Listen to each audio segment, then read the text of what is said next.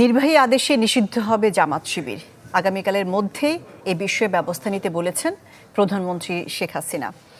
সচিবালয়ের সাংবাদিকদের এ তথ্য জানিয়েছেন আইনমন্ত্রী আনিসুল হক। কোন প্রক্রিয়ায় নিষিদ্ধ করা হবে তা নির্ধারণের সচিবালয়ে বৈঠক করেন গুরুত্বপূর্ণ কয়েকজন মন্ত্রী।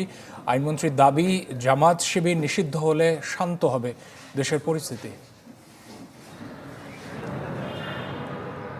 বছর দশেক আগে যুদ্ধাপরাধী দল হিসেবে জামাতের বিচারের তদন্ত প্রতিবেদন দাখিল করেছিল আন্তর্জাতিক অপরাধ ট্রাইব্যুনালের তদন্ত সংস্থা।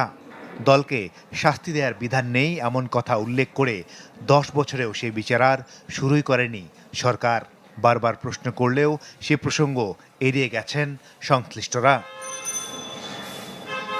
তবে কোটা আন্দোলন ঘিরে সহিংসতার ঘটনার জেরে প্রধানমন্ত্রীর সভাপতিত্বে 14 দলের সভায় সিদ্ধান্ত হয় জামাত শিবিরের রাজনীতি নিষিদ্ধের।